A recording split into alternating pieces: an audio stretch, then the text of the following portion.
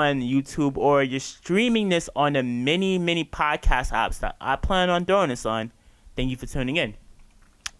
So, we'll start up today's show with this.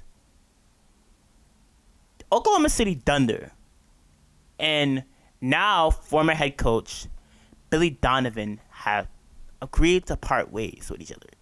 Meaning next year, Billy Donovan will not be the head coach of that team. Now, in the Adrian Wojnarowski, ESPN's Adrian Wojnarowski, I should say, article, he stated that Billy Donovan did not want to be a part of a rebuild, which, just moving my water, sorry about that, looks like there was possibly a chance that he was going to be the coach of that team moving forward as they, potentially try to trade Chris Paul and some of the other more older established players to get something in return. So, if you're a head coach in any stratosphere, and there are other open, very appealing positions in the NBA right now in terms of coaching, Oklahoma City has to be one of the more appealing ones. You're going to work with a front office that went out and drafted Kevin Durant. They found James Harden. They found Russell Westbrook in the draft, in the lottery, which is probably where they're most likely going to be if they do trade Chris Paul next year, in the lottery. They drafted those 3 future Hall of Famers. Then they find solid role players in Reggie Jackson. They find solid role players in Steven Adams. Even on the team now, they found Darius Beasley. They found Lou Win Starts. They didn't find SGA, but they traded for him. This Oklahoma City Thunder team is a team that's full with nothing but draft assets moving forward. From the Chris Paul,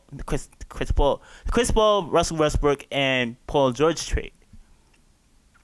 So I wouldn't possibly rule Oklahoma City out. It's going to be a long and daunting rebuild, but you have SGA, who has all-star potential. And on top of that, I trust the Oklahoma City Thunder franchise to find me a superstar in the draft. And the X's and O's is all up to you.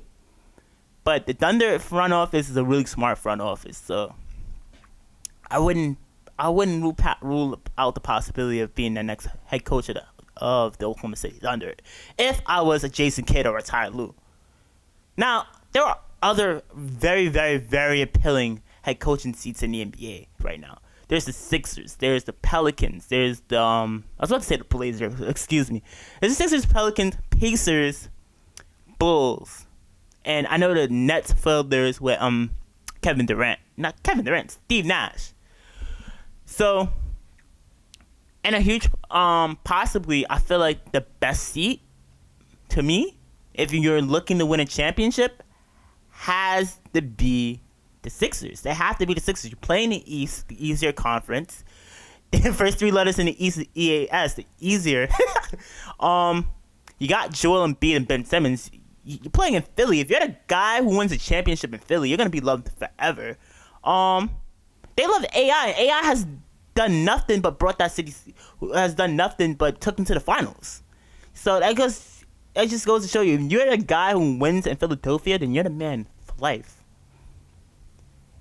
But if I'm a Ty Lue, Jason Kidd, I'm considering the Sixers as a spot also.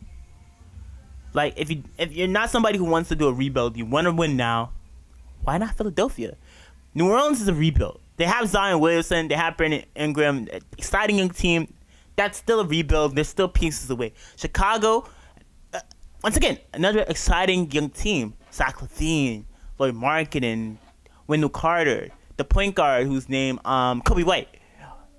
A very, very fun and exciting team. But once again, that's another rebuild. Indiana is leaning towards a rebuild.